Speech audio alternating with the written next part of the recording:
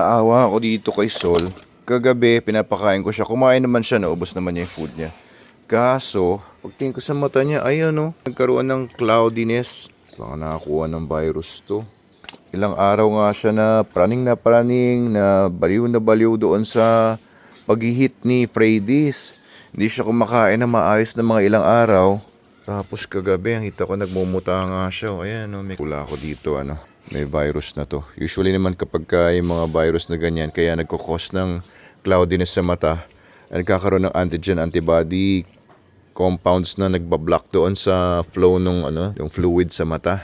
Mawawala naman yan after a few months. Pero malakas naman siya, no?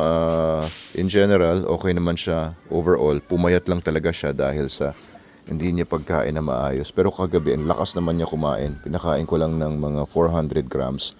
Naubos naman niya. Hindi ko binigla.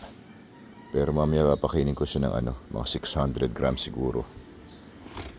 Okay naman siya overall. Yun lang yung cloudiness ng mata. And yung pagpayat niya. And pagkabaliw niya. Ayan, oh.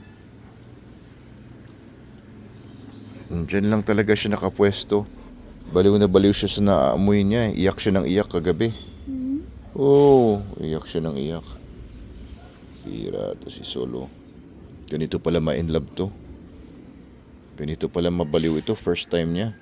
Ano, Sol? Sol. Tama na. Dalhin daw kita sa Manalo Resort Festival Food Park. Para malayo ka na sa naamoy mo. Hindi ka nagkakaganyan. Good idea ba? Gusto niya. Naintindihan mo ba yung sinabi ko? Dalhin kita doon sa Manalo Resort Festival Food Park. Gusto niya. Sige nga. Pag-isipan ko. Yan lang kasi gawain niya, oh. Nakadungaw siya dyan.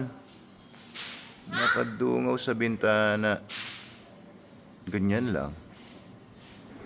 Ito kasi si Freddy's, oh. Di pa natatapos yung heat niya. Para magto 2 weeks na. Ayun, oh. Tuloy yung dugo. Pati si Logan nababaliw. Konti lang din kumain to. Grabe talaga itong mga pagkabaliw ng mga aso kapag naghihit ang babae. Pag may naamoy sila.